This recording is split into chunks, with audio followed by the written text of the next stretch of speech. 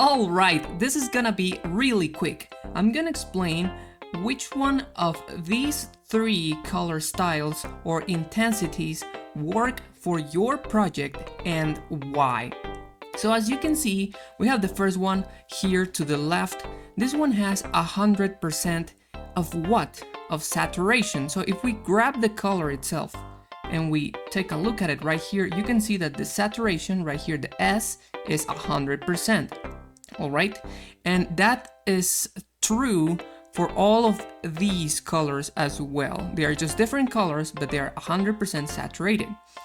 Now, in the middle, we have something that is 70% saturated. You click the color, you observe it, it has 70% saturation right here, which moves to the white side. So you can say that it has 30% white, really. And then if we go all the way to the right, we have this color that looks beautiful, is soft, is cute, is a pastel type of color. If you click it and you observe it, you will notice this is a 50% strength or saturation.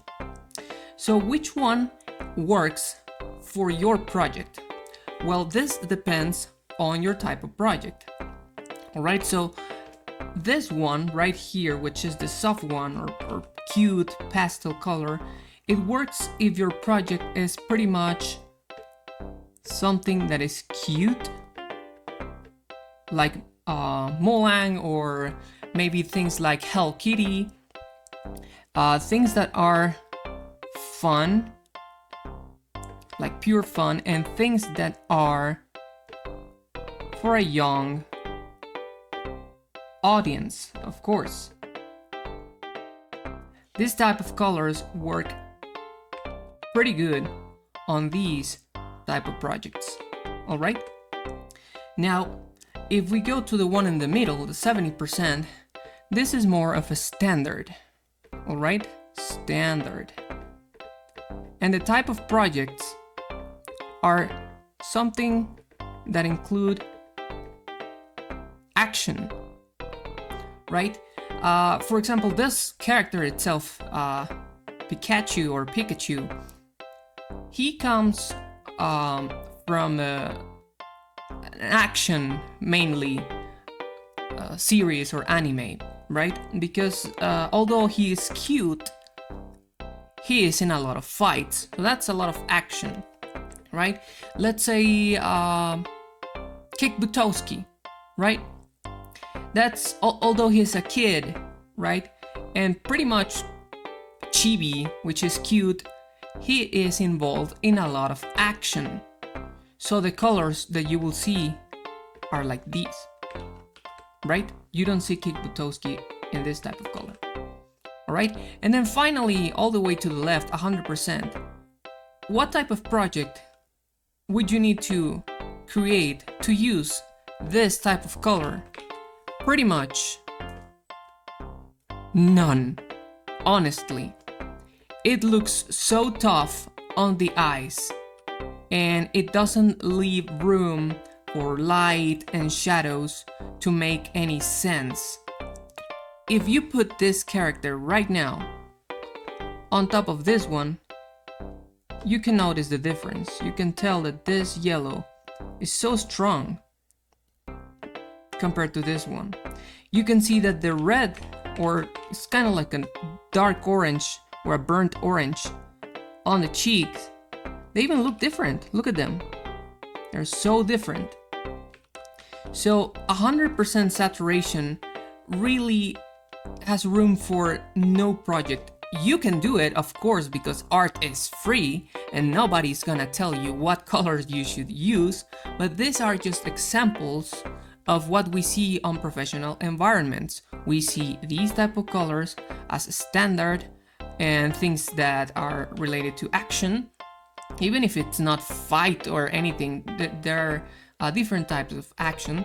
And then this one definitely works for a project where stories are cute, fun, and are for young audiences.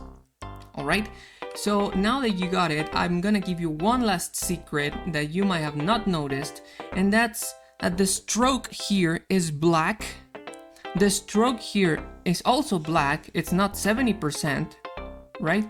But this is the only one that I changed. As you can see, this stroke is definitely not black, and I'm gonna show it right now. I'm gonna move this stroke here, and now that they overlap, I'm gonna show the difference. I hope you can tell this is black and this is really like a dark gray. Now, what percentage of saturation, or actually white color, because there is no saturation here, there's no color, right? The saturation is gone. What percentage of white color am I adding to this dark gray so you can achieve this look? So if we click it, if we click the line itself or the stroke, and we observe the color, you will notice it is 20%. So 20%, so you move from black, you move 20% up to white, and you achieve this type of stroke, which actually looks cute. You can apply this same principle to this style, the one in the middle, if you want. We can do it right now. We can select it. Let's go ahead and select everything that's black. And I want you to tell me if you like the difference or not. So here we go. I'm gonna copy this. In fact, I'm gonna just copy the entire thing. There we go. Just gonna paste it on a new layer right here. And I'm gonna grab all the black things from this new copy. I'm gonna go to the color and let's make it about 12%. If we're going 20 on the pastel example right here, and that's 50%, if this is 70%, instead of 20, let's do 12. So there is the change. We move in.